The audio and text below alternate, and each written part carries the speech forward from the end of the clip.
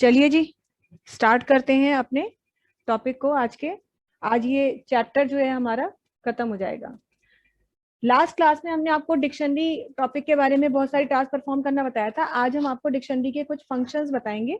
जैसे pre defined functions हमने list और ट्यूपल में भी पढ़े हैं, ऐसे ही सॉरी डिक्शनरी के भी कुछ फंक्शंस हैं जो हमें यूज करना आना चाहिए। तो वो कैसे हम उनको इम्प्लीमेंट करते हैं हमने यहाँ पर बात करेंगे। तो लास्ट हमने सेशन में लेन फंक्शन देखा था कि लेन फंक्शन यूज करते हैं, और गेट फंक्शन देखा था। गेट फंक्शन क्या करता है कि ये 1 by 1 फेच करके लाता है हमारे कीज वैल्यूज को और उन्हें यहाँ पर पेयरिंग के साथ में प्रिंट करा के दिखा देता है। अगला फंक्शन है हमारा यहाँ पर कीज फंक्शन।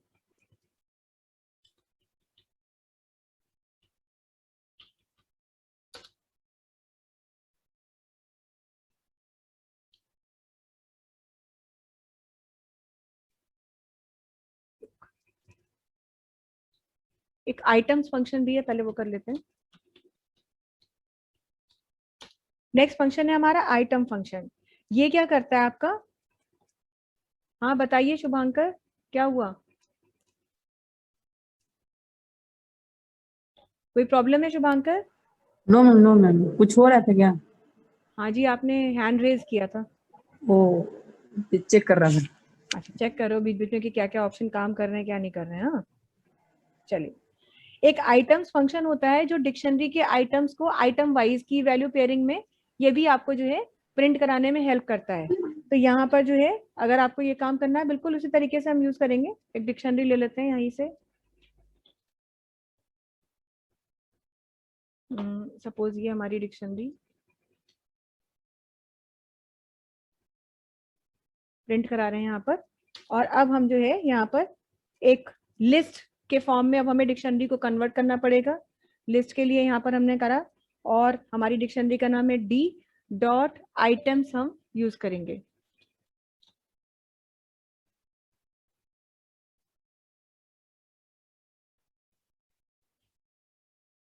और अब हम एक लूप चलाएंगे, for I in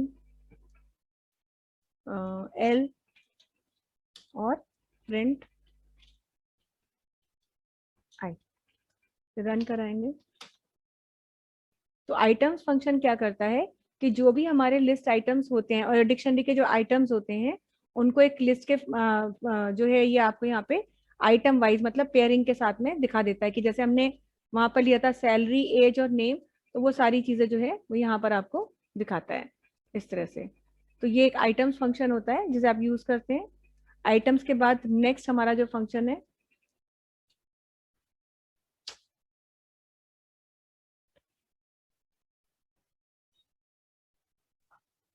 ma'am, font size थोड़ा सा बड़ा कर बड़ा दिया। कर।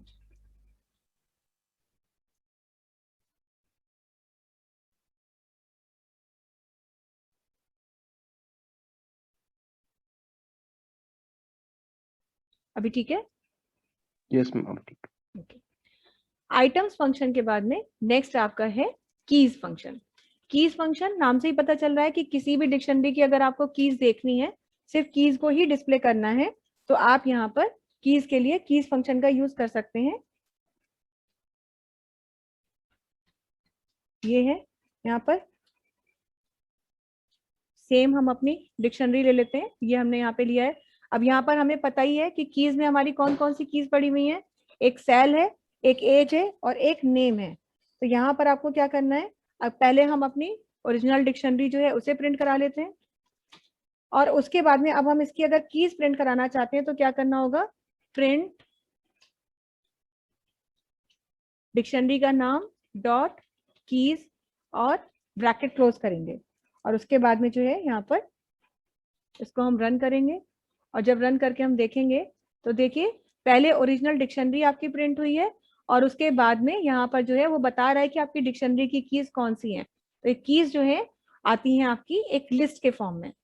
तो सिर्फ कीज अगर आपको चाहिए, आपको डिक्शनरी के वैल्यू से कोई मतलब नहीं है, आप सिर्फ देखना चाहते थे कि डिक्शनरी में कीज क्या क्या है, तो उस सिचुएशन में आप कीज फंक्शन का यूज कर सकते हैं। हाँ, अगर आपको मान लीजिए कीज नहीं वैल्यूज देखनी है, तो उसके लिए आपको यहाँ पर फंक्शन मिलता है वैल्यूज।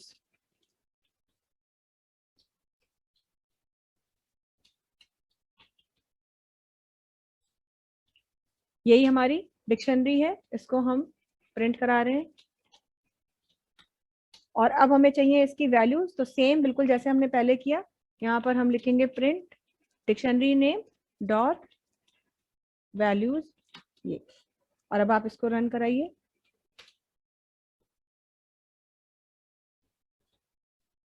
तो ये देखिए यहाँ पर उसने वैल्यूज प्रिंट कर दी। यहाँ पर ये देखिए 25,000 दे दिया, 28 दे दिया और अमित दे दिया। तो keys and values are the function which help us to display the content of display the keys and values of a dictionary individually, है ना। खाली कीज देखनी है तो कीज फंक्शन का यूज करेंगे, खाली वैल्यूज देखनी है तो वैल्यूज फंक्शन का यूज करेंगे। And will get to know कि हमारी जो डिक्शनरी है उसमें कौन कौन सी वैल्यूज पड़ी हैं या हमारी डिक्शनरी की कीज क्या क्या हैं। तो इस तरह से कीज वैल्यूज फंक्शन का हम यूज करते हैं। नेक्स्ट हमारा फंक्शन है अपडेट। अपडेट नाम से ही पता चल रहा है ये क्या करता है, ये आपका जो भी एलिमेंट है, जैसे अभी हम फिलहाल बात कर रहे हैं यहाँ पे डिक्शनरी की, तो ये डिक्शनरी को अपडेट करने के लिए यूज किया जाता है। जैसे मान लीजिए यहाँ पर अगर आपने एक डिक्शनरी बनाई, जैसे यही हम डिक्शनरी अपनी ले रहे हैं, ये हमने ली, ठीक है। अब हम ये चाहते हैं कि यहाँ पर एक और डिक्शनरी हम बनाएं और उसमें जो है आपका कुछ और कंटेंट हो। जैसे कि हमने यहाँ पर एक और डिक्शनरी ले ली, थोड़ा सा चेंज कर देते हैं इस डिक्शनरी में। पहले मान लीजिए हमने थोड़ा यहाँ पर चेंज करते हैं, नाम ले लिया, ठीक है। उसके बाद में यहाँ पर हमने एक सैलरी ले लिया और यहाँ पर डाल दिया मान लीजिए, और एक और की ले ली हमने यहाँ पर सपोज एज। वही चीजें हैं, बस थोड़ा सा सही ऑर्डर में लगा दिया, ठीक है। ये हमारी एक डिक्शनरी है। एक और डिक्शनरी हम बना रहे हैं और इसमें भी हम कुछ वैल्यूज डालेंगे। जैसे यहाँ पर भी पहली जो की है हमारी वो नेम ही है और यहाँ पर नाम है अमृता। फिर दूसरी जो की है वो भी सैलरी है और उसकी वैल्यू है मान लीजिए 45,000। और इसके बाद में तीसरी की जो है वो है एज और इसकी एज है जो भी आपको डालना है, ठीक। ये चीज हमने इस तरह से यहाँ पर डाल दिया। अब डी और D1 दो डिफरेंट डिक्शनरीज हैं, लेकिन दो डिक्शनरीज को अगर आप चाहें तो आप यहाँ पर उन दोनों को अपडेट करने के लिए यूज कर सकते हैं। माने उसको जो है इकट्ठा हम कर सकते हैं। कैसे? जैसे हम यहाँ पे कहेंगे D.update D1 first dictionary dot update second dictionary, ये हम यहाँ पर यूज करेंगे। और इसके बाद अगर आप फर्स्ट डिक्शनरी को प्रिंट कराते हैं और इसको हम रन कराएंगे, पहले हम ओरिजिनल डिक्शनरीज को प्रिंट करा दें। यहाँ पर प्रिंट D1, ये फर्स्ट डिक्शनरी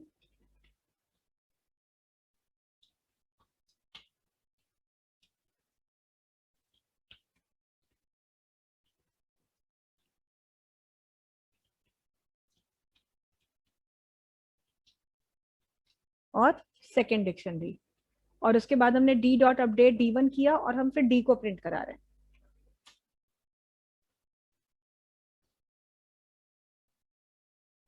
तो देखिए यहाँ पर क्या है कि फर्स्ट डिक्शनरी हमारी ये थी, नेम अमित, सैलरी ये और सेकंड में अमृता, सैलरी ये, एज 24।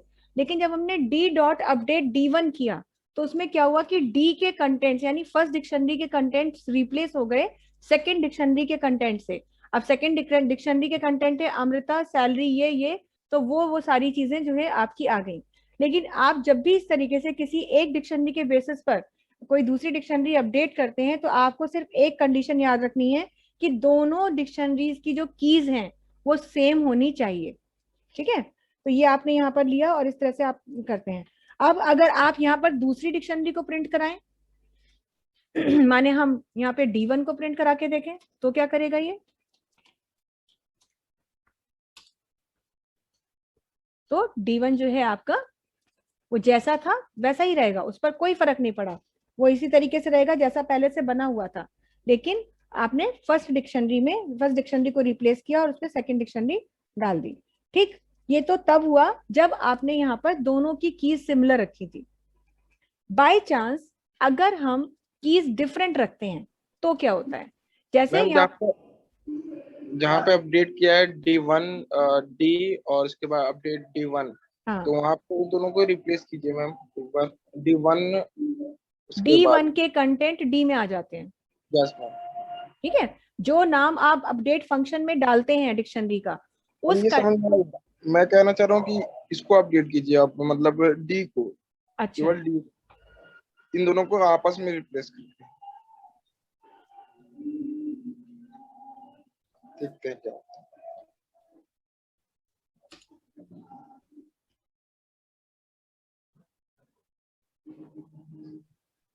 ये हो जाएगा। अब D1 के कंटेंट्स ये हो गए, अमित 50,000 और 24। Yes ma'am. वो तो जो भी नाम आप लगा देंगे ना, जो डिक्शनरी के जो फंक्शन है आपका, फंक्शन के अंदर जो नाम आप डिक्शनरी का देंगे उसके कंटेंट्स बाहर वाले डिक्शनरी को अपडेट करते हैं। Yes ma'am. ये तो हो गया, आपने इस तरह से किया जब आपने दोनों की दोनों डिक्शनरीज के कंटेंट सिमिलर रखे थे। अब हम थोड़ा सा यहाँ पर चेंज करते हैं। जैसे यहाँ पर हमने ये सब कुछ तो सेम रखा, नाम ये है, सैलरी एज 24, लेकिन यहाँ पर हम एज हटा देते हैं, बल्कि हम इसे नहीं हटाते हैं।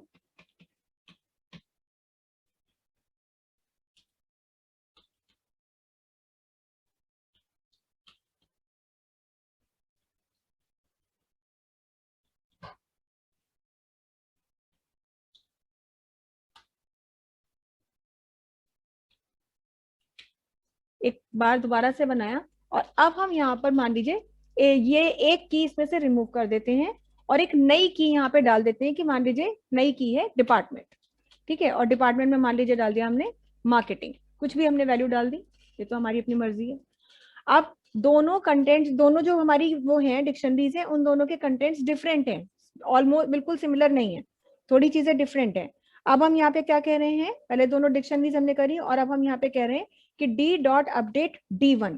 तो क्या होगा, अब हम इसमें इसके बाद में जो है, अब हमने फर्स्ट डिक्शनरी को प्रिंट करा रहे हैं, प्रिंट डी।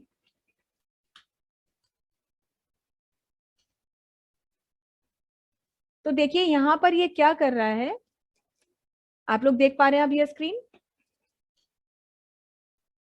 मैम है ना। तो देखिए फर्स्ट डिक्शनरी में 3 कीज थी और नेम थी, सैलरी थी, एज थी। लेकिन दूसरी डिक्शनरी में भी कीज तो 3 ही थी, नेम, सैलरी, लेकिन डिपार्टमेंट था। तो यहाँ देखिए क्या हुआ कि जब अब फर्स्ट डिक्शनरी में क्या हो गया, नेम आ गया, सैलरी आ गई, एज आ गया, डिपार्टमेंट आ गया। मतलब इस बात से कोई फर्क नहीं पड़ता है कि काउंट ऑफ कीज अगर डिफरेंट भी है ना, तो भी क्या करेगा कि वो आपको, देखिए एज उसने पहली डिक्शनरी में रखी, एज पहली डिक्शनरी की रखी क्योंकि पहली डिक्शनरी में एज भी था, डिपार्टमेंट तो दूसरी डिक्शनरी से आया है। तो फर्स्ट डिक्शनरी के कंटेंट्स रिप्लेस हुए, नेम रिप्लेस होकर के अमित से अमृता हो गया, सैलरी रिप्लेस होकर के 50,000 से 45,000 हो गई, और एज रिप्लेस होकर के जो है आपकी, सॉरी एज तो रिप्लेस हुई नहीं, डिपार्टमेंट जो है आपका एक नया आ गया यहाँ पर। तो उसने क्या किया, आपको अब एज क्यों रिप्लेस नहीं करी, क्योंकि दूसरी डिक्शनरी में एज था ही नहीं, तो डी जो फर्स्ट डिक्शनरी थी उसके कंटेंट वैसी आए। और एक और नई की यहाँ पर आ गई जो कि फर्स्ट डिक्शनरी में नहीं थी पर दूसरी डिक्शनरी में थी, तो वो यहाँ पर उसने अपडेट करके दे दिया। तो इस तरीके से भी आप अपडेशन कर सकते हैं। वैसे स्टैंडर्ड अपडेशन के लिए ये जरूरी होता है कि दोनों की दोनों कीज जो है सिमिलर हो, तब स्टैंडर्ड अपडेशन होता है। माने एग्जैक्टली जैसे आप चाहते हैं वैसे आप ला सकते हैं, लेकिन अगर आपको चाहिए तो आप इस तरह से भी अपडेशन कर सकते हैं। ये भी एक तरीका होता है कीज को, डिक्शनरीज को अपडेट करने के लिए। तो ये सारे फंक्शंस हैं, और तो कोई फंक्शन हम देख लेते हैं इसमें। अब गेट फंक्शन हम कर चुके हैं, हाँ ठीक है। अब नेक्स्ट हम करते हैं यहाँ पर कंपैरिजन का काम। डिक्शनरीज अगर बनी हुई हैं और आप उन्हें कंपेयर करना चाहते हैं, तो कंपेयर करने के लिए जो है आप यहाँ पर CMP फंक्शन यूज करेंगे, लेकिन उसके लिए ये आपको देखना होगा कि बहुत पुराना पाइथन का वर्जन ना हो, क्योंकि ये CMP फंक्शन जो है ये पुराने वर्जन में नहीं आया था, पाइथन 3 या 4 तक शायद ये वर्जन इंट्रोड्यूस नहीं, ये फंक्शन इंट्रोड्यूस नहीं हुआ था। तो बहुत पुराना अगर आप वर्जन यूज कर रहे हो और अगर वो दिखा दे कि CMP function is not supported, इसका मतलब कि वो फंक्शन तब इस वाले वर्जन पर इंट्रोड्यूस हुआ ही नहीं है। तो लेटेस्ट अगर आप कोई वर्जन यूज कर रहे होंगे तो आप इस फंक्शन को यूज करके देख सकते हैं। CMP फंक्शन जो होता है ये आपका ये देखने के लिए चेक मतलब कंपैरिजन करने के लिए यूज किया जाता है कि क्या दो डिक्शनरीज एक जैसी हैं, सेम है या नहीं। अब सिमिलर है या नहीं तो इसका मतलब कि इनका आउटपुट या तो ट्रू या फॉल्स होना चाहिए। लेकिन बूलियन फंक्शन होने के बाद भी ये जो आउटपुट देते हैं ये ट्रू या फॉल्स के फॉर्म में नहीं देते हैं, बल्कि ये आउटपुट रिटर्न करते हैं ट्रू की जो बाइनरी फॉर्म है उसमें और फॉल्स की बाइनरी फॉर्म में। ट्रू के केस में ये रिटर्न करते हैं 0 और फॉल्स के केस में ये रिटर्न करते हैं 1 या फिर -1। और उसमें भी कंपैरिजन इस तरह से भी आप कर सकते हैं कि दोनों डिक्शनरीज का जो है अगर नंबर ऑफ कंटेंट्स जो है वो सिमिलर है या नहीं है तो उसके बेसिस पर भी आपका कंपैरिजन हो सकता है। जैसे अभी हमारी यही दो डिक्शनरीज हैं, इन्हीं को हम यहाँ पे थोड़ा सा मॉडिफाई कर लेंगे। फंक्शन हम यूज कर रहे हैं CMP।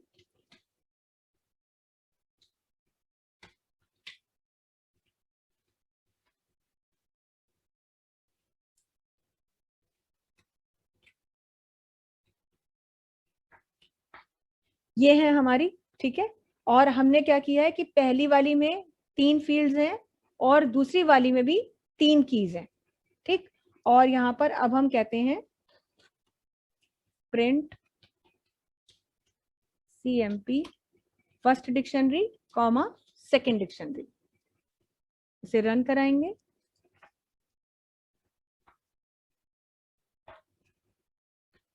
अच्छा ये इसमें भी नहीं है,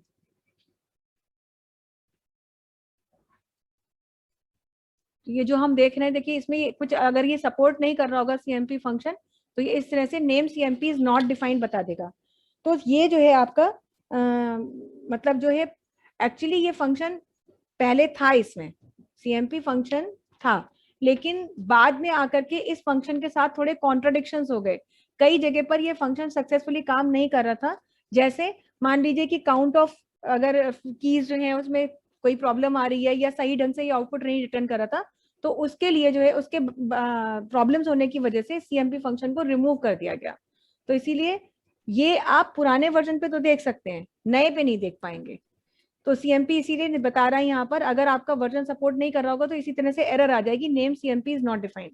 हाँ फिर भी आपको पता क्या होना चाहिए, अगर एग्जाम में इससे रिलेटेड कोई क्वेश्चन आता है तो आपको ये पता होना चाहिए कि ट्रू की सिचुएशन में CMP फंक्शन क्या देता है, इट रिटर्न्स 0 एंड फॉल्स के केस में, ट्रू के केस में जो है ये रिटर्न करता है 0 और फॉल्स के केस में ये रिटर्न करता है आपका 1।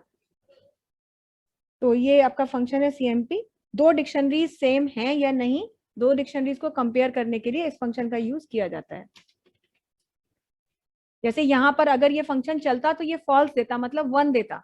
क्यों? क्योंकि दोनों डिक्शनरीज जो है वो सिमिलर नहीं है, दोनों की की सेम नहीं है। फिर अगला फंक्शन जो है हमारा, अब यहाँ पर हम कर रहे हैं क्लियर फंक्शन। क्लियर फंक्शन हमने किया तो नहीं है, क्लियर फंक्शन हमें यूज करना है। और क्लियर फंक्शन आपको पता ही है कि क्यों यूज करते हैं, कर चुके हैं। अच्छा, डिक्शनरी को क्लियर करने के, रिमूव करने के लिए, उसके सारे आइटम्स वहां से रिमूव हो जाते हैं और फिर डिक्शनरी जो है एम्प्टी हो जाती है। डिक्शनरी डिलीट नहीं होती है, डिक्शनरी जो है एम्प्टी हो जाती है, ये आपको पता ही है। पॉप फंक्शन, पॉप फंक्शन यहाँ पर यूज किया जाता है। अब आपको पता ही है पॉप फंक्शन, आपने पहले भी ये नाम सुना है, ये रिमूवल के लिए यूज किया जाता है। ये क्या करता है, ये फंक्शन रिमूव करता है वैल्यूज, जो भी आप एक गिवन अपना वो दे देंगे, क्या नाम है, कोई की देंगे तो उस की वैल्यू को रिमूव कर देगा। जैसे एक डिक्शनरी हम यहाँ से ले लेते हैं। मैम कल शायद बताया गया था पॉप फंक्शन। हाँ बताया गया था।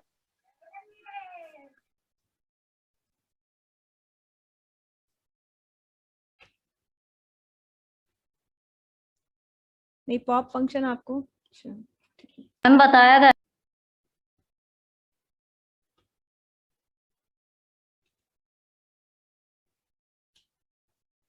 चलिए, पॉप फंक्शन भी हो चुका है। फिर पॉप आइटम फंक्शन भी यहाँ पर एक होता है, जो आपको जो है यहाँ पर आइटम का नाम डालने पर आपके वैल्यू को रिमूव करता है। मगर इसमें आपको यहाँ पे ये नहीं देना है कि मतलब कौन सी की, ये क्या करेगा, ये ऑटोमेटिकली जो है आपका एक पॉप आइटम कहेंगे तो फर्स्ट वैल्यू जो है की जो है वो ये रिमूव करेगा।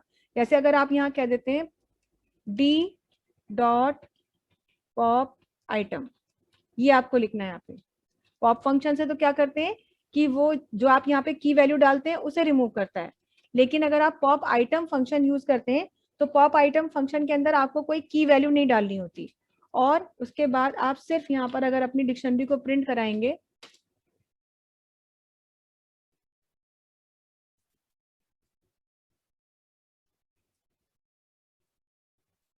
एक सेकेंड,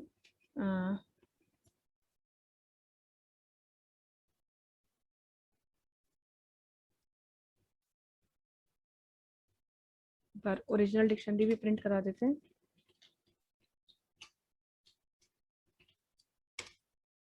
और आप देखिए ओरिजिनल डिक्शनरी भी हमारी प्रिंट हो रही है, जिसमें हमारा नेम था, सैलरी था, एज था, लेकिन जब आपने पॉप आइटम फंक्शन यूज किया तो फर्स्ट आइटम उसने लास्ट से डिलीट कर दिया।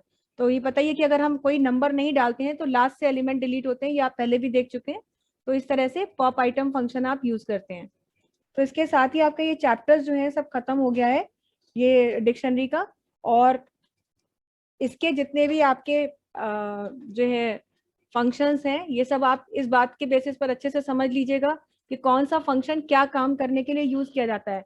क्योंकि एक्सेल में एक्सेल में कह रही हूँ, पाइथन में आपके जो है एग्जाम में किस तरह के क्वेश्चंस आ सकते हैं अभी तो कुछ इतना बहुत ज्यादा आइडिया नहीं है, लेकिन हाँ ये जरूर है कि ऑप्शनल क्वेश्चंस में कुछ भी चीज पूछी जा सकती है कि इस फंक्शन का क्या काम होता है या ये फंक्शन कैसे यूज किया जाता है। तब आपको ये चीज अच्छे से पता होनी चाहिए कि किस तरह से ये काम करेगा। तो डिक्शनरी हमारा जो है ये चैप्टर खत्म हो गया है, सारी चीजें हमने इसकी कर ली है जो एज पर योर सिलेबस है, या कुछ एक आध चीजें हमने एक्स्ट्रा भी बताई हैं जो सिलेबस में हो या शायद ना हो, बट वो जो है हम उनको यूज करते हैं क्योंकि अगर हमें जरूरत पड़ती है तो ये फंक्शंस या वो चीजें हमें पता होनी चाहिए।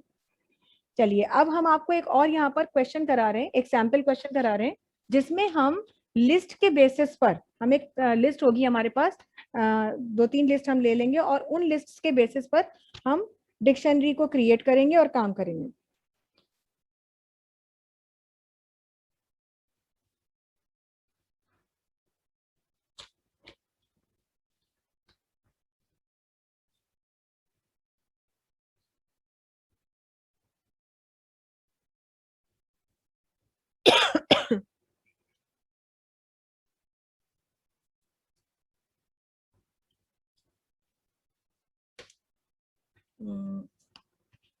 यहाँ पर एक क्वेश्चन देते हैं, write a program to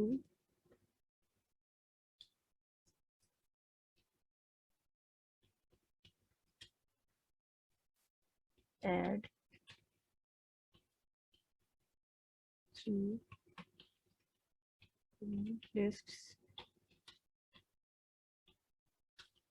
L1, L2 and L3।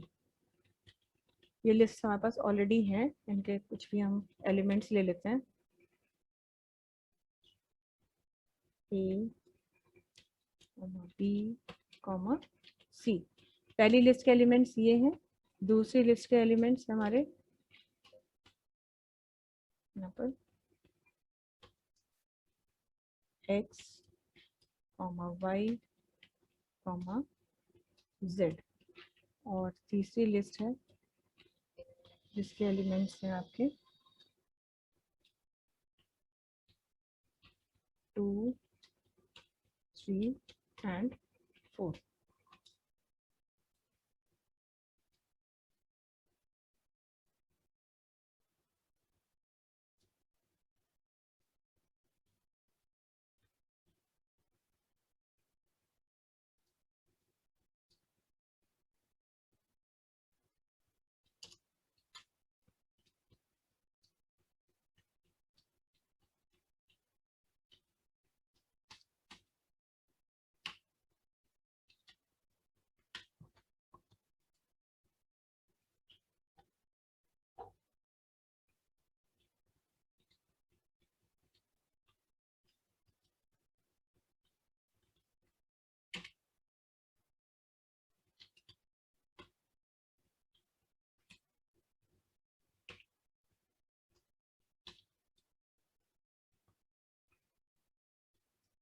ठीक है, तो यहाँ पर ये 3 लिस्ट है, इनको तीनों को ऐड करना है और एक नई लिस्ट में इन्हें आपको दिखाना है।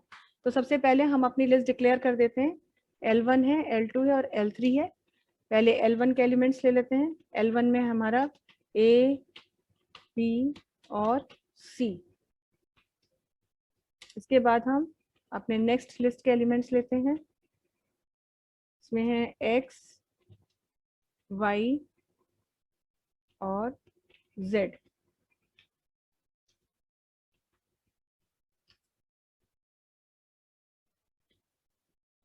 और L3 के हैं हमारे एलिमेंट्स 2, 3, 4। तो यहाँ पर देखिए सबसे पहली चीज तो यही देख लीजिए कि लिस्ट 3 के जो एलिमेंट्स हैं 2, 3, 4, भले ही वो डिजिट्स हैं लेकिन यहाँ पर हमने उन्हें स्ट्रिंग के फॉर्म में दिया है।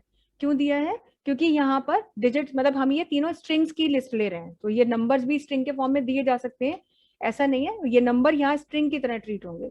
अब क्या हमें करना है, सबसे पहले तो हम ओरिजिनल लिस्ट प्रिंट करा लें। तो प्रिंट करा दिया हमने यहाँ पे लिस्ट 1, कैसे लिख देते हैं, लिस्ट 1 इज इक्वल टू यहाँ पर L1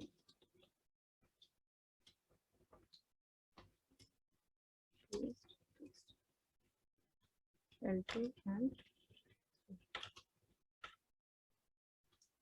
ये हमने यहाँ पे कर लिया। अब हम यहाँ पर लिस्ट 2 को लिस्ट 1 में ऐड करेंगे, तो जाहिर सी बात है इसके लिए कौन सा फंक्शन यूज करेंगे, इसके लिए हम फंक्शन यूज करते हैं append L1 dot append L2। तो यहाँ पे क्या आवाज नहीं आ रही, आवाज नहीं आ रही है? अब आ रही है? अब आ रही है आवाज शिवम?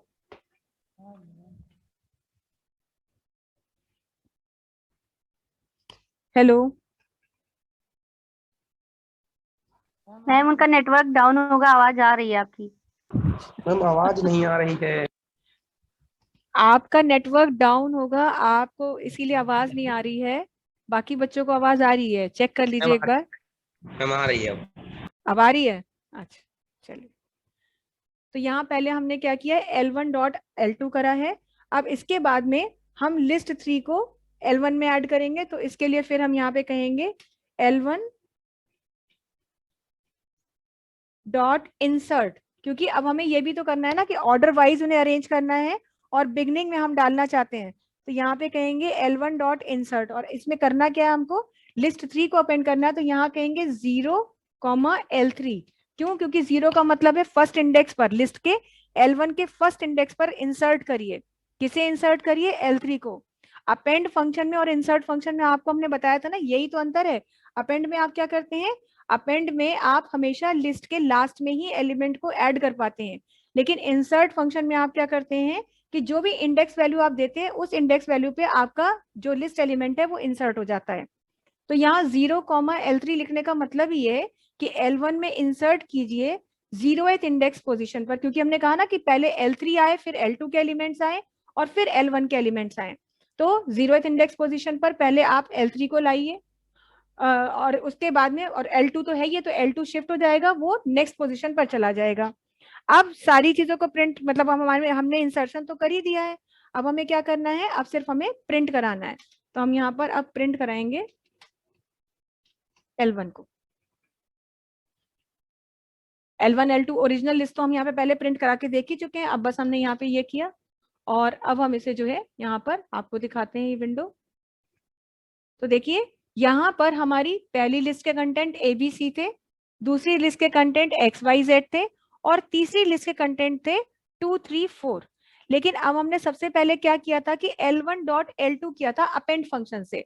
तो अपेंड फंक्शन ने क्या किया कि ABC के बाद XYZ लगा दिया, ठीक है।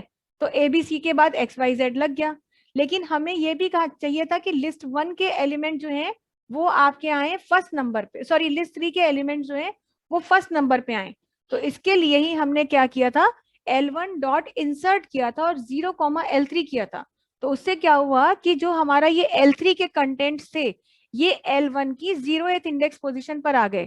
तो उससे क्या हुआ, पहला जो हमारा लिस्ट एलिमेंट बना वो क्या बना, L1 का बना, दूसरे हमारे L3 वाले जो थे वो L1 के पहले एलिमेंट हो गए, दूसरे वाले जो L1 में थे ओरिजिनली वो पड़े हैं, और L2 वाला जो है वो लास्ट में ऐड हुआ। तो इस तरह से भी आपको लिस्ट बनाने को दी जा सकती है या क्रिएट करने के लिए दिया जा सकता है। तो अगर ऑर्डर चेंज करना है तो कोई नया काम नहीं करना, कोई लूप नहीं चलाना है, क्योंकि यूजुअली क्या होता है अगर ऐसे दे दिया जाए ऑर्डर चेंज करिए तो दिमाग में आती है चीज कि लूप चला करके कुछ काम करेंगे। आप लूप चला के अगर काम करना भी चाहेंगे तो नहीं कर पाएंगे। तो यहाँ पर सिंपली अपेंड और इंसर्ट फंक्शन का आप यूज करेंगे और उसके बेसिस पर आपका काम जो है हो जाएगा। तो ये लिस्ट हमने क्रिएट की है। अब हम नेक्स्ट एक और क्वेश्चन करके आपको दिखा रहे हैं। आप लोग चाहे तो इसका स्क्रीनशॉट ले लीजिए प्लीज। मैम और ऊपर स्क्रॉल कीजिए। बताइएगा। ये आज के जितने फंक्शंस किए हैं यहाँ से शायद शुरू किया है।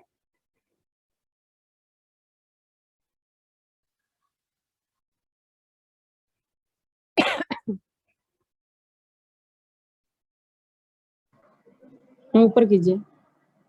और स्क्रॉल करें? नहीं नहीं, ऊपर नीचे नहीं, मतलब अच्छा, नीचे। नीचे करें।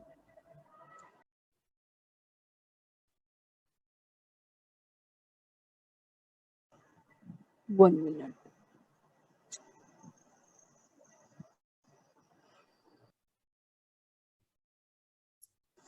हाँ, हो गया। स्टॉप।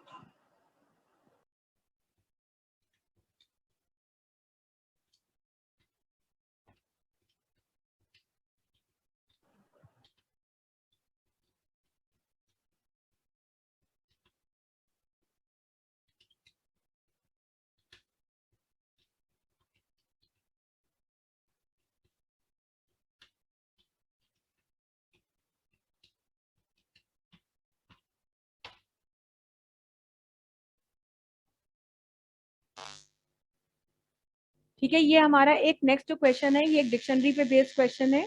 इस क्वेश्चन में आपको क्या करना है, यहाँ आपसे कहा गया है कि write a program that checks for presence of a value inside a dictionary and print its की।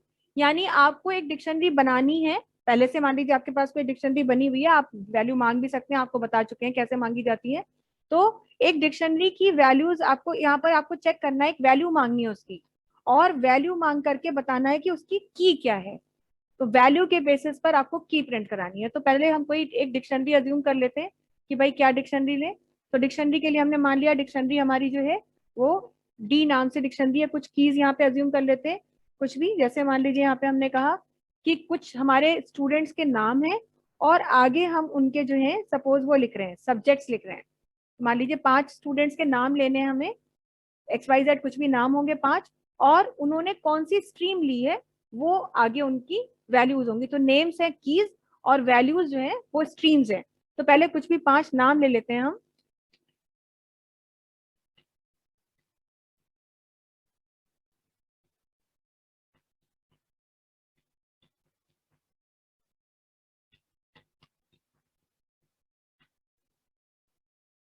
हो गए 5 नाम। तो ये तो है हमारे नेम्स यहाँ पर।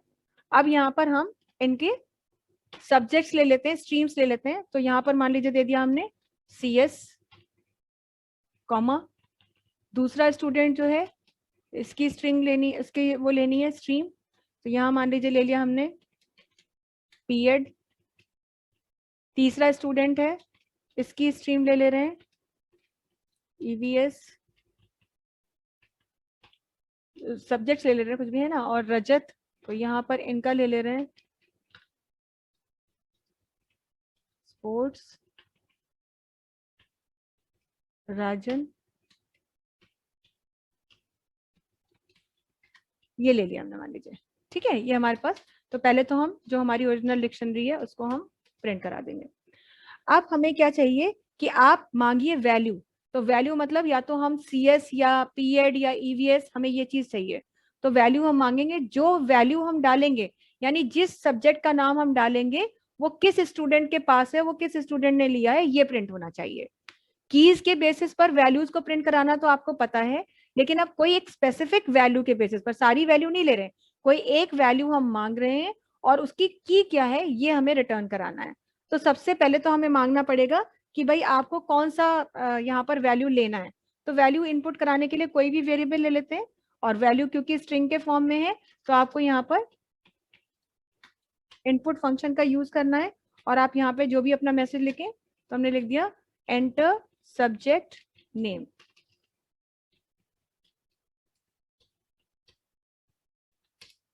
अब सब्जेक्ट नेम आ जाएगा, लेकिन जो सब्जेक्ट नेम आया है उसको किस स्टूडेंट ने लिया है उसकी की प्रिंट कराने के लिए जाहिर सी बात है कि आप हर सब्जेक्ट को उसकी वैल्यूज से कंपेयर करेंगे, और ये कहना चाहेंगे कि मतलब एक्चुअली तरीका ये होगा कि जहां सब्जेक्ट मैच कर जाए उसकी की प्रिंट करो।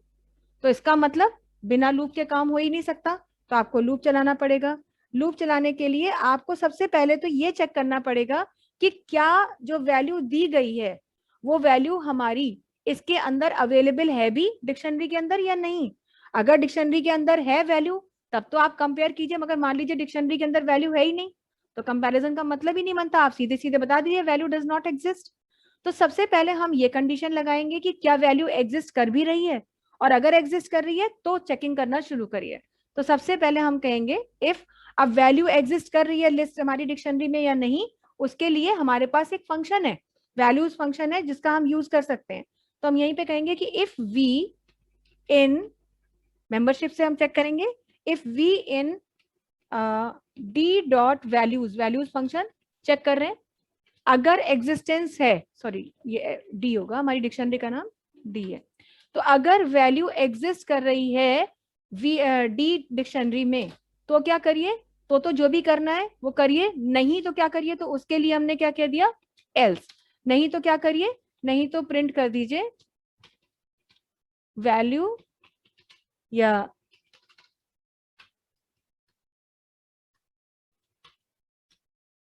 Given subject is not available. कोई भी मैसेज कह सकते थे, वैल्यू डज नॉट एग्जिस्ट, कुछ भी कहेंगे, पर ये तो तब करना है जब वैल्यू उसमें हो ही नहीं। पर अगर है तो क्या करना है, तब आपको इसके अंदर लूप चलाना है। तो लूप चलाने के लिए क्या कहेंगे, फॉर आई जो भी ले लीजिए इन आपका जो भी डिक्शनरी का नेम है। अब यहाँ पे कहेंगे प्रिंट, सॉरी फिर चेक करेंगे कि कहाँ है वो, तो क्या कहेंगे इफ डी, अब डी की वैल्यू लेनी है हमारी, तो की वैल्यू अब आई डी के इंडेक्स पर जो वैल्यू है अगर वो बराबर है, किसके बराबर है, जो वैल्यू वी में आई है, अगर ऐसा होता है तो क्या करिए, तो बस आप उसे प्रिंट कर दीजिए। क्या प्रिंट करना है आपको, जो भी मैसेज आप देना चाहें, तो हमने क्या दिया,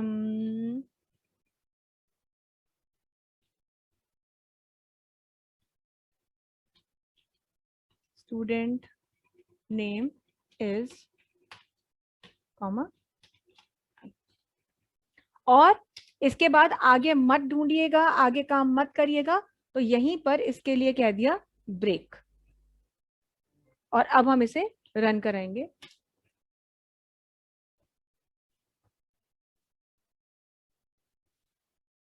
तो देखिए यहाँ पूछ रहा है कि सब्जेक्ट नेम एंटर करिए। अब मान लीजिए हमने सब्जेक्ट नेम दे दिया EVS। इस बात का ध्यान रखते हुए कि वैल्यूज जैसे दी गई हैं वैसे ही लिखनी है, खाली EVS लिख दें या स्मॉल लेटर्स में लिखे नहीं होगा, केस सेंसिटिविटी मेंटेन रहती है, तो आपको वैसे ही लिखना है अपनी वैल्यू की जो वैल्यू है जैसे आपने वहां पे फीड करते समय दी थी। तो बस ये लिखा, तो देखिए उसने बता दिया कि EVS किसके पास है, राज के पास है। एक बार दोबारा से रन कराते हैं, ठीक है। और यहाँ मान लीजिए दे दिया हमने स्पोर्ट्स, तो उसने आपको बता दिया रजत। तो एक्चुअली क्या कर रहा है ये फंक्शन आपका जो है, एक बार फिर से रन करा रहे हैं, और अब की बार हमने मान लीजिए दे दिया कॉमर्स, तो क्या कह रहा है, given subject is not available. तो इस तरह से ये जो है आपको सारी चीजें कंडीशन चेक कर रहा है। तो होता क्या है कि जैसे ही हम कोई वैल्यू डालते हैं, जैसे हमने EVS डाला था V के अंदर, तो उसने पहले चेक किया कि क्या V की वैल्यू इस पूरी की पूरी डिक्शनरी में कहीं है या नहीं। ये काम करने के लिए सिर्फ वैल्यूज फंक्शन ने अपना काम किया और कंडीशन अगर फॉल्स मिली तो सीधे एल्स में आए और प्रिंट हो गया given subject is not available. लेकिन कंडीशन अगर ट्रू मिली तो क्या हुआ, फिर आप आए यहाँ पर, यहाँ तो लूप चला आई इन डी, यानी डिक्शनरी के लिए लूप चला। फर्स्ट इंडेक्स 0 थी, 0 से स्टार्ट किया और कहा अगर D of I is equal to V. अब D of I is equal to V, यहाँ की वी की कंपैरिजन हो रही है तो पहले ये चेक होगा डी ऑफ आई क्या वी की वैल्यू के बराबर है। सी एस और मान लीजिए हमने ईवीएस दिया था तो कंपेयर करने पर सेम नहीं थे तो ये आगे बढ़ गया। कंडीशन ट्रू नहीं थी तो दोबारा आगे बढ़ा। कंडीशन फिर यहाँ भी ट्रू नहीं मिली, ईवीएस और पीएड मैच नहीं किए तो फिर अगली लाइन अगले लूप चला गया, नेक्स्ट आइटरेशन हुआ। फिर अब की बार हमने ईवीएस और ईवीएस दोनों सेम थे तो जब सेम थे यानी कि डी ऑफ आई की वैल्यू वी की वैल्यू से मैच कर गई तो क्या कहा, स्टूडेंट का नाम प्रिंट कर दो, है ना। तो नाम प्रिंट करने के लिए की वैल्यू प्रिंट हो गई राज, और उसके बाद आपको आगे ढूंढने की जरूरत नहीं है, आप ब्रेक करके आ गए और ये चीज आपकी इस तरह से हो गई। क्यों? क्योंकि आगे ढूंढने की जरूरत इसलिए नहीं है क्योंकि की हमें पता है कि एक ही होगी, एक डिक्शनरी में एक ही की होगी तो आगे और कोई की मिलेगी ही नहीं, इसलिए आप ब्रेक करके बाहर आ गए, आगे ढूंढने की जरूरत नहीं है। अगर आप ब्रेक नहीं भी देंगे तो भी कोई प्रॉब्लम नहीं है, तब तक तो बिल्कुल प्रॉब्लम नहीं है जब तक कि डिक्शनरी के कंटेंट्स बहुत कम है। लेकिन अगर हाँ डिक्शनरी के कंटेंट्स बहुत ज्यादा होंगे तो फिर टाइम, एग्जीक्यूशन टाइम थोड़ा बहुत ज्यादा लग सकता है, ऑल्दो आपको नहीं इतना पता चलता क्योंकि वो बहुत फास्टली वर्क करता है। तो हम चाहते ही नहीं है कि हम ये एफर्ट्स डालें। जब एक बार चीज हमें मिल गई तो उसके आगे सर्च प्रोसेस को हमें कंटिन्यू करना ही नहीं है, इसलिए हम ब्रेक करके बाहर आ जाते हैं। तो इस तरह से आपने एक डिक्शनरी डिफाइन करी। अब ये डिक्शनरी आपने डिफाइन की थी, हो सकता है आपसे कह दिया जाता कि ये डिक्शनरी जो है आप पहले से ही अपने मतलब यूजर से मांगिए और फिर आप काम करिए। मैम हाँ जी, मेरा क्वेश्चन था, अगर ये जो आप कंडीशन और ये लॉजिक जो मैम आप यूज करती हैं, क्या इस क्वेश्चन करने के लिए केवल यही लॉजिक यही कंडीशन होता है, कोई और कंडीशन अगर अप्लाई करके अगर करते हैं आंसर आ जाता है तो हो सकता है क्या मैम? देखिए ये जो आपका क्वेश्चन है ये topic to topic, program to program vary करता है। हर जगह पर जो कंडीशंस हमने लगाना सिखाया है जरूरी नहीं है कि वही एक कंडीशन है। जैसे हम सिंपल आपको प्रोग्राम जब बता रहे थे आइटरेशन वगैरह की तो हमने बार बार ये बात कही कि एक ही चीज के लिए एक लॉजिक नहीं है। जैसे अगर हम बहुत शुरुआत की बात करें तो किसी नंबर को अगर हमने चेक किया कि वो इवन है या ऑड है तो आपने सिर्फ इतना कहा कि अगर नंबर n में था तो आपने कहा कि अगर हमारा नंबर 2 से डिवाइड होने पर 0 देता है तो नंबर इवन है नहीं तो ऑड है, तो हमने ये लॉजिक लगाया था। लेकिन इसके लिए जरूरी थोड़ी कि आप यही चेक करें, आप ये कह सकते थे कि अगर नंबर 2 से डिवाइड होने पर 0 के बराबर नहीं है तो ऑड है नहीं तो इवन है। या आप क्या कह सकते थे कि नंबर 2 से डिवाइड होने पर अगर जो रिमाइंडर है वो 1 आता है तो नंबर ऑड है नहीं तो इवन है। तो एक ही चीज के कई सारे लॉजिक हो सकते हैं। फिर आगे हमने जब लूप्स वगैरह पढ़ाए थे तब भी हमने बताया था कि प्राइम नंबर को चेक करना है या फैक्टर निकालने हैं, तो कुछ चीजों के लॉजिक तो ऐसे हैं वो वही हैं, उसके अलावा और कोई लॉजिक हो ही नहीं सकता क्योंकि आप अप्लाई ही नहीं कर सकते। लेकिन कुछ चीजों के जैसे प्राइम का हमने कहा था कि हमने ये लॉजिक बताया है, इसके और भी लॉजिक हो सकते हैं। तो यूजुअली लॉजिक वाइज अगर देखा जाए तो लॉजिक सही है तो प्रोग्राम का आउटपुट आपको मिलेगा, और आउटपुट अगर सही है तो लॉजिक जो भी आप अप्लाई करें ठीक होता है। लेकिन इस सिचुएशन में जैसे अभी हम करंट प्रोग्राम को अगर कंपेयर करें तो इसका यही एक लॉजिक आप अप्लाई कर सकते हैं, इसके अलावा कोई और लॉजिक आप नहीं लगा सकते हैं। मैम गेट वाला नहीं कर सकते? गेट वाला क्या करेंगे आप? गेट से तो आप वैल्यू को फेच करके लाते हैं ना, प्रिंट कराते हैं। यहाँ पर आपको क्या करना है, आप कंपेयर भी कर रहे हैं, कंपैरिजन भी हो रहा है ना कि सबसे पहले। हाँ बोलिए।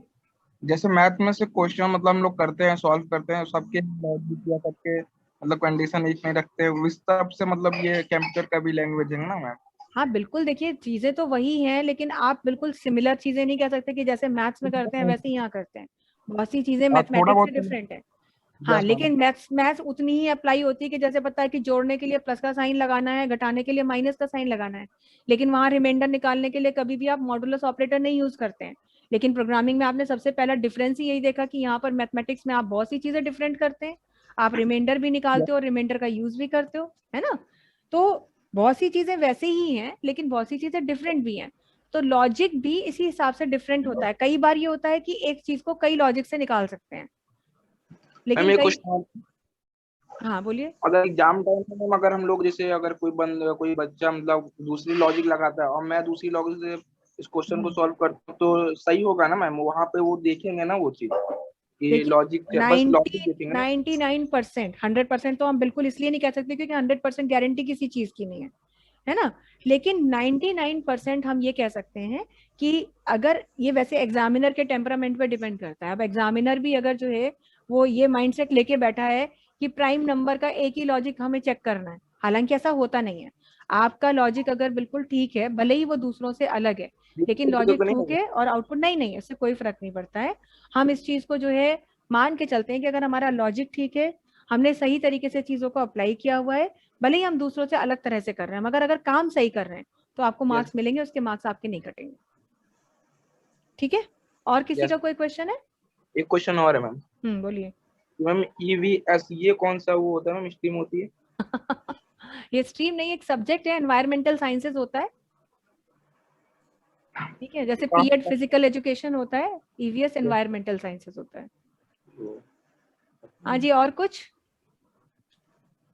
चलिए एक और क्वेश्चन करके देखते हैं, डिक्शनरी पे ही बेस्ड है। पहले आप लोग क्वेश्चन नोट कर लीजिए, इसका स्क्रीनशॉट आप लोगों ने अगर नहीं लिया है तो ले लीजिएगा। मान लीजिए हमारे पास सेम ही हम ले लेते हैं या कुछ भी, तो अगर कोई हम यहाँ पर वैल्यू सर्च कर रहे हैं और सर्च करने के बाद हम चीजों को प्रॉपर चेंजेस के साथ बताते हैं, जैसे मैं आपको पहले प्रोग्राम बना के दिखाती हूँ, फिर दिखाऊंगी कि क्या कर रहा है।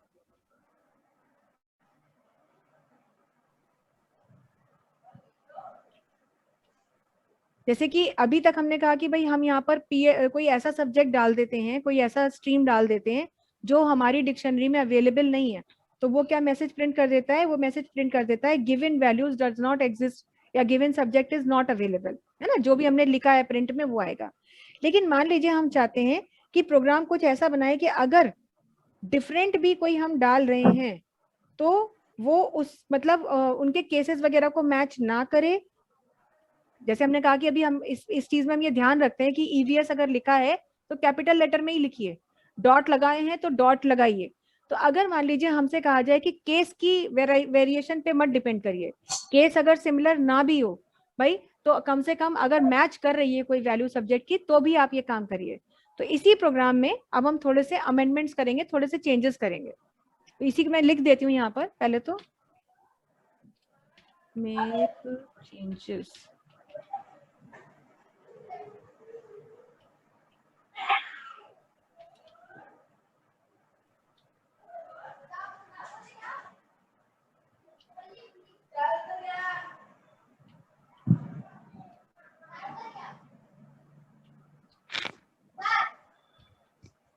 हेलो शुभंकर, तुम्हारा माइक खुला हुआ है।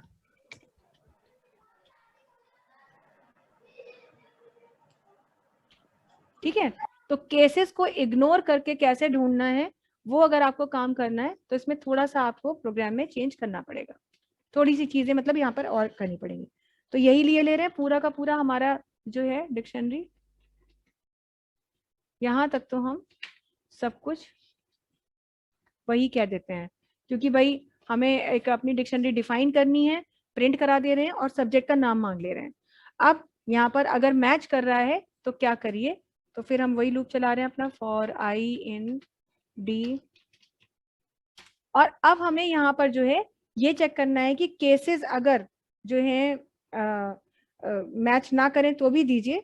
तो हम यहाँ कहेंगे, इसके अंदर कहेंगे इफ, अभी तो हम सिर्फ ये कहते हैं d of I is equal to v, लेकिन अब हम क्या कहेंगे, अब हम कहेंगे if d of i dot upper function का यूज करेंगे। आपको याद होगा ये स्ट्रिंग का फंक्शन है, ठीक है, स्ट्रिंग का फंक्शन है और हमें पता नहीं कि केस सिमिलैरिटी है या नहीं, तो हमने कहा अगर वो अपर में है और साथ ही साथ जो वैल्यू हमने ली है वो वी में ली है ना, वी डॉट अपर दोनों आपके अगर हैं, मैच कर रहे हैं, तो क्या दीजिए, तो प्रिंट करा दीजिए, वही print student name is comma i, break कीजिए और यहाँ पर एल्स कीजिए।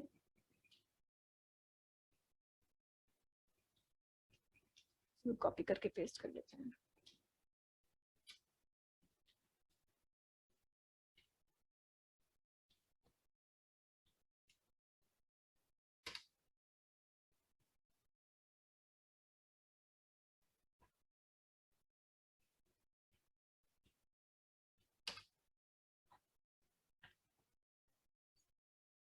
ठीक है, तो यहाँ पर देखिए उसने केस की वैरायटी नहीं ली, ये दे दिया। अब देखिए हम इसको दिखाते हैं।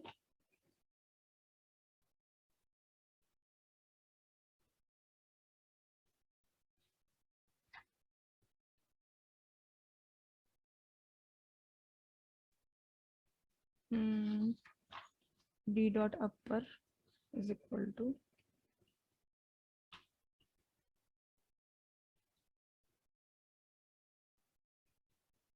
ये थोड़ा हम पहले इसको हटा देते हैं, डॉट लगाने से थोड़ा सा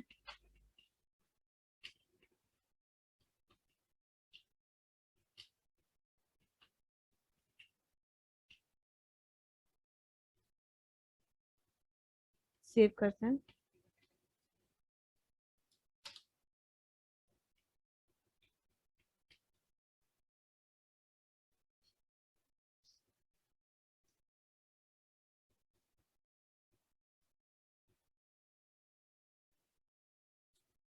कुछ मिस्टेक कर रहे हैं।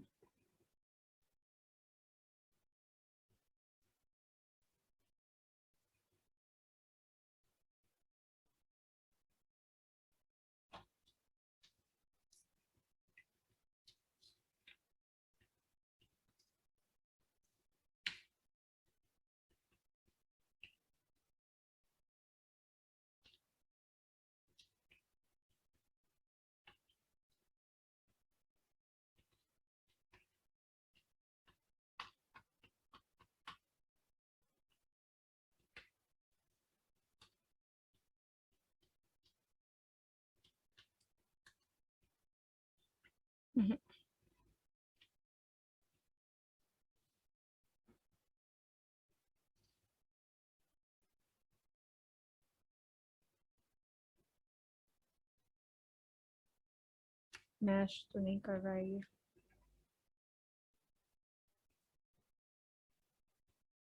इफ डिक्शनरी का इंडेक्स डॉट अपर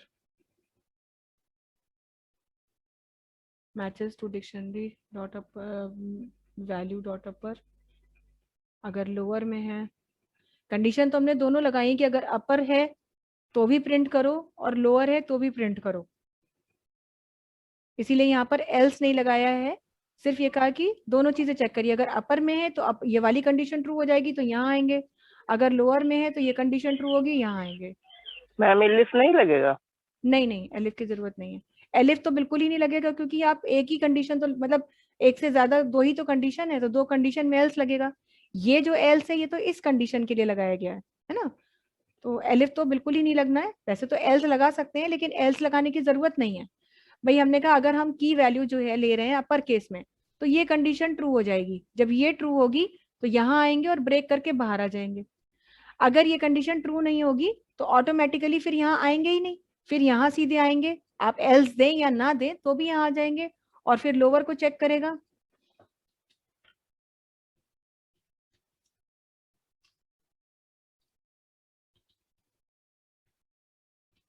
नहीं, जरूरत ही नहीं है इसकी। और अगर ये कंडीशन ट्रू नहीं होगी तो यहाँ पर आएंगे, लोअर को चेक करेगा, पर ये प्रिंट करा नहीं रहा है।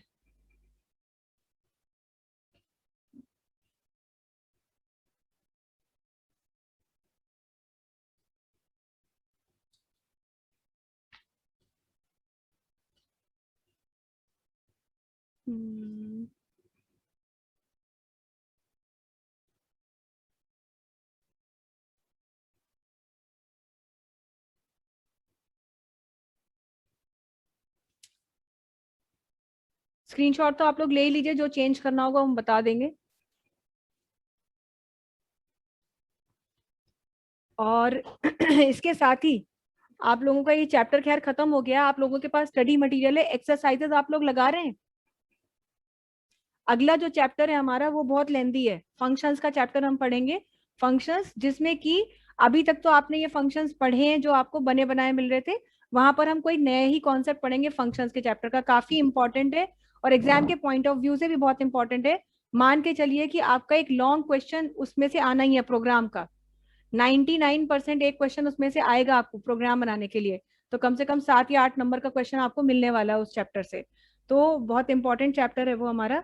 पर इससे पहले जितनी भी आपके टॉपिक्स आपने पढ़े हैं, प्लीज आप उनकी एक्सरसाइजेस लगा लीजिए, और जो भी क्वेश्चंस उसमें दिए गए हैं, प्रोग्राम ही नहीं, थ्योरी पे भी पूरा कंसंट्रेट कीजिए। खाली प्रोग्रामिंग पे ही आपको कंसंट्रेट नहीं करना है, क्योंकि एग्जाम में हम बार बार ये बात आपको बताते हैं कि सिर्फ प्रोग्राम्स नहीं आएंगे, एग्जाम में आपकी थ्योरी क्वेश्चंस भी आ सकते हैं। जैसे डिफरेंशिएट करने के लिए पूछा जा सकता है कि लिस्ट में और टपल में डिफरेंस बताइए, या आपसे कह दिया जाए कि शॉर्ट नोट लिखिए किसी चीज पर। तो ये सारी चीजें भी, कॉन्सेप्चुअल चीजें भी आपको साथ साथ लेते चलनी है। तो अगली जो हमारी क्लास होगी उसमें हम फंक्शंस चैप्टर पढ़ेंगे।